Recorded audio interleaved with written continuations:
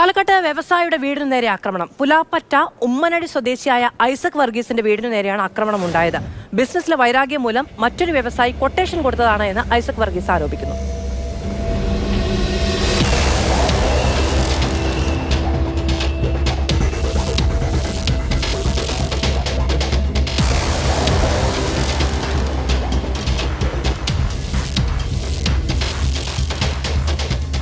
പതിമൂന്നാം രാത്രിയാണ് എൻ്റെ വീട്ടിലേക്ക് ആസിഡ് ബോംബ് എറിഞ്ഞത്. അത് ആരെറിഞ്ഞു എന്തെറിഞ്ഞു എന്നെല്ലാം നമ്മൾ ഭയങ്കര കൺഫ്യൂഷനിലായിരുന്നു. പക്ഷേ ശക്തമായ അന്വേഷണം പോലീസിൻ്റെ ഭാഗത്തുനിന്നും പേഴ്സണലായിട്ട് ഞങ്ങളും അന്വേഷിച്ചിട്ടാണ് ഇത് കണ്ടുപിടിച്ചത്. AP കേശവദേവ് എന്ന് പറയുന്ന ദേവ ബിൽഡേഴ്സിൻ്റെ ഓണർ, അദ്ദേഹം എറണാകുളത്ത് നിന്നുള്ള കുറച്ച് ഗുണ്ടകളും കൂടിയിട്ടാണ് 2 വണ്ടികളായി വന്നിട്ട് ഇത് ചെയ്തത്. അതിൽ ഒരു വണ്ടി വെള്ള ഷിഫ്റ്റും ഒരു ബലേനോ വണ്ടിയായിരുന്നു മാറ്റിയത്. ഈ 2 വണ്ടികളാണ് വന്ന് ചെയ്ത് അതിക്രമം കാണിച്ചത്. എൻ്റെ വീടിൻ്റെ ബോർഡ് പൊളിച്ചു കൊണ്ടുപോയി വീട്ടിലേക്ക് ആസിഡ് ബോംബാണ് ഞങ്ങൾ തിരിച്ചറിഞ്ഞ തന്നെ ഞങ്ങളുടെ വീട്ടിലെ ചെടികൾ കരിഞ്ഞ് നിൽക്കുന്നത് മനസ്സിലാക്കിയപ്പോഴാണ്.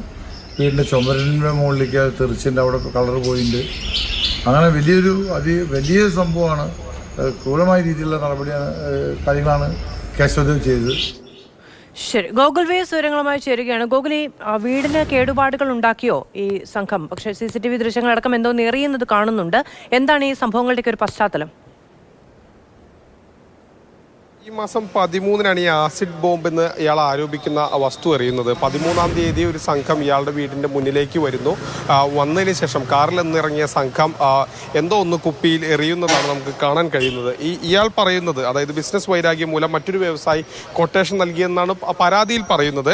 പാലക്കാട് സ്വദേശിയായ ഐസക് വർഗീസാണ് ഇത്തരത്തിലൊരു ആരോപണം വയ്ക്കുന്നത്. അത് ആസിഡ് ബോംബാണെന്നാണ് ഐസക് വർഗീസ് പറയുന്നത്. പക്ഷേ പോലീസ് പറയുന്നത് അത്തരത്തിൽ ആസിഡ് ബോംബാണെങ്കിൽ അല്ലെങ്കിൽ ആസിഡ് ആണെന്ന് ഇതുവരെയും കണ്ടെത്താൻ കഴിഞ്ഞിട്ടില്ല.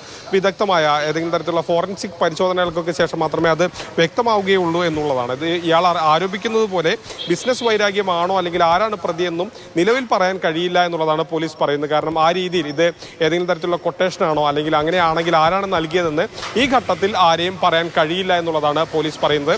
ഇത് എറിഞ്ഞ ആളുകളെ സംബന്ധിച്ചുള്ള സൂചനകൾ പോലീസിന് ലഭിച്ചിട്ടുണ്ട്.